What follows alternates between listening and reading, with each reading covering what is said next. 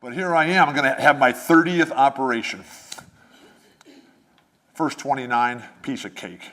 They were all about me getting better, get back on the court, keep chasing my dream. But this 30th one's tough, ankle fusion.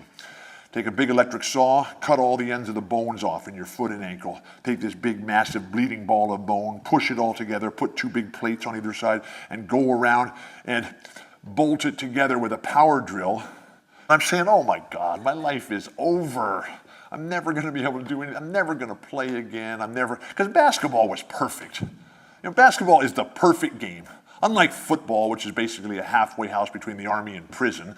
And then baseball, a bunch of out-of-shape guys standing around, scratching themselves, taking steroids, and waiting for the game of life to come to them. No, but basketball, who can play? Who can run? Who's in shape and who really wants this? And so here I am lying in this bed, March 15th, 1990, saying, oh my God, it's over.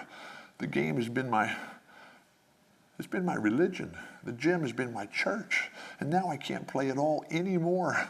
And so all of a sudden, this lightning bolt flash of inspiration sears across the smoking crater that's my mind. And through the tears, it dawns on me right there, the sadness, the loss, the out-of-control nature of life just spiraling away with another health crisis.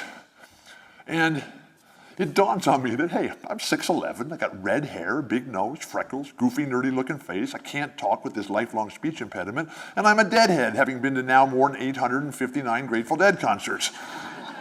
Television, the only career possibility for me to choose. And so they looked at me and they said, are you kidding, Walton? Get out of here. We're not putting you on TV. You're going to get up there and start stuttering and spitting all over everybody. You're going to start talking about Jerry Garcia and Bob Dylan and Neil Young. Get out of here. Don't ever come back. I couldn't get a job. Went back to what Coach wouldn't talk to us about all those different steps, about the foundation, about the culture, about the sacrifice, and about the discipline. And that was the final tool, the persistence and the perseverance to get what you want. And so every time they said no, a huge problem in life is that when we think things are going wrong, we just figure that, okay, a couple of minor adjustments on the perimeter. No, that's when you got to come back to your core, as to who you are, what you stand for, what are you doing. So every time I'd take a step back and another step back and another step back, and they keep telling me no, and they keep saying no, and I got nothing. And now I'm at the back of the stage, and I'm going to fall off the cliff with nothing. And I finally got a job, my very first broadcasting job. It made no difference to me that it was a CBA game on the radio from Bakersfield, California, on Christmas Day for no pay, and the team in the entire league were folding the next day. But I was broadcasting, yeah. I was on my way. And then, like everybody else, and we don't know what those breaks are going to be. We don't know what that helping hand is until afterwards. I got a big break early on. I got to call a game with Dick Enberg. Dick Enberg, the greatest broadcaster of the day.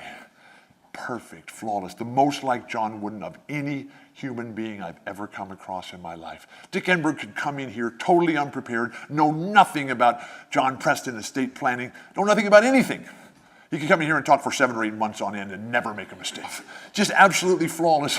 And I'm calling this game with Dick, and I am just terrified, and it is a big game. I mean, I got this fantastic opportunity early on that somebody just said, here, let's give Walton the shot and see what he's got. So I'm out there with Dick, and we're before the game, and I am just sweating profusely. And I am so nervous, and I am so afraid. I'm just telling myself, what am I doing here? This is so wrong. I don't belong here. And I'm chewing my gum, and I'm writing everything down, and I'm memorizing my ad-libs, and doing all the kind of stuff, trying to get ready, rehearsing in my mind. And I look over at Dick as the producer starts his countdown, 10, 9. And Dick's having the time of his life. He's sitting in his stool. He's waving to all the pretty ladies in the crowd. He's signing some autographs for the children, having a drink of who knows what out there. He knows that red light in 7, 6. It's going to come on. He's just going to start talking about life in basketball for the next 2.5 hours. And he looks over at me as 5, 4. He says, Walton, you look terrible. What's wrong with you? I said, Dick, I don't belong here. This is so wrong. What am I doing? I'm not going to be able to do this. I'm going to start stuttering and spitting. I just can't do this. This is such a mistake. And he looks at me as the Producer is now counting down 3, 2, and he pats me on the leg and he says, Billy, don't worry about a thing. That red light's gonna come on in another 1 second. And there's gonna be 35 million people hanging on every word you say. Thanks a lot, Dick. 18 years after that, when I was forced to stop because of my spine, I had been named one of the top 10 pundits in all of media. I had been named one of the top 20 sports business representatives around the globe, and I had been named one of the top 50 sportscasters of all time. So when somebody tells you no, don't listen to people who tell you no unless they have the power to tell you yes. And use that no, use that negativity, if that's what you really want, to just chase it down with the renewed vigor, because that's what I was able to do, and it was just absolutely fantastic.